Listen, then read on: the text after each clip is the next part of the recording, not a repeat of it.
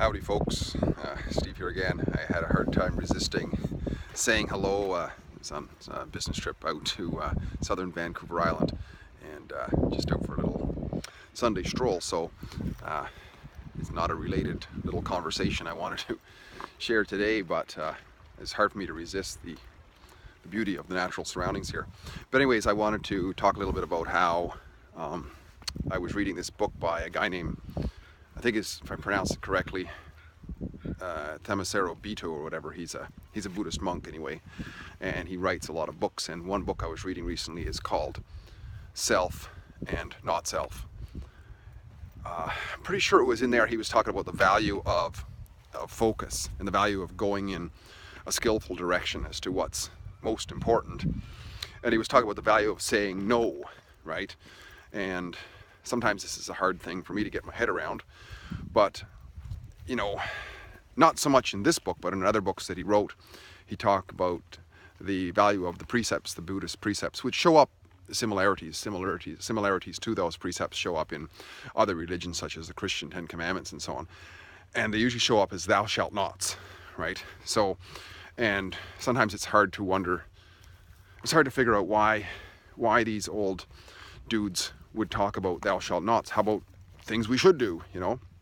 But the point of it he was trying to make, I think at this one point, reading between the lines, discerning what he's saying, is that when we're on a path, if we get distracted by other things, then we're not focusing on our path. So in other words, to lead a productive life, a healthy life, a moral life, and so on, if we're always involved in things that we know are destructive, unhealthy, distracting, and so on, then we're not on our productive path, right? So therefore, the shalt nots, right? He had this story in there, which is, I'm going to paraphrase, as along the lines of, you know, this guy, he's shot by an arrow, and the arrow is grazing his heart or whatever, and he's at the doctor, and he keeps asking the doctor, well, who shot the arrow, and where did the arrow come from, and all this sort of thing. And the doctor's going, well, it doesn't matter. At this point, you got an arrow that's almost penetrating your heart. And unless we deal with that, those other questions aren't going to matter. You know, we have to deal with the task at hand of getting the arrow out. So thou shalt not ask questions as to where the arrow come from and so on at that point in time, because it's disruptive, and therefore the power of no. Because our minds want to take us in all different directions, right? To all kinds of distractions. If we decide where we want to go, then keeping on asking the question, is this serving it? Is this serving the direction? Is this serving the direction? Is this serving the direction? Is this serving the direction? Will help us to say no to a lot of things.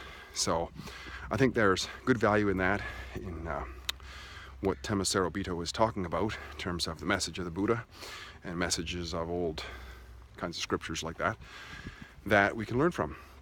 The value of saying no. But at the same time, who wants to say no to this? At least for a little bit of a walk once in a while, right? So just wanted to share that with you as well.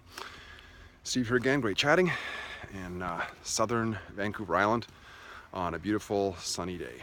Talk to you later, bye.